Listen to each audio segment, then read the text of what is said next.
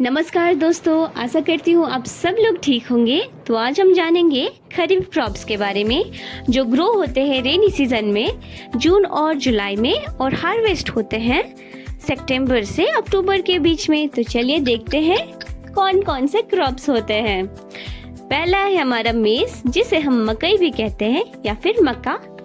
दूसरा है प्रियल मिलेट, जिसे हम बाजरा कहते हैं।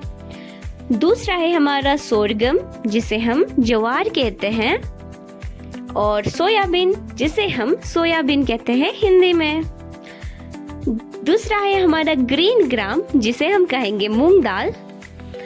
और दूसरा है हमारा ब्लैक ग्राम, जिसे हम कहेंगे उड़द का दाल। जी हाँ।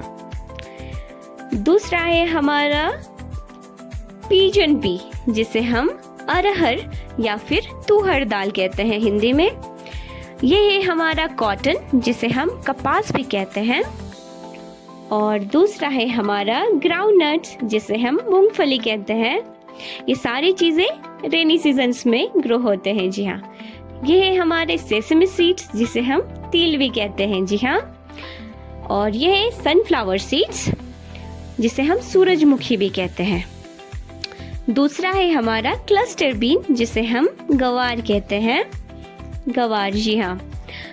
ये है हमारा जूट प्लांट, जिससे डोरियां बनती हैं, बोरे बनते हैं।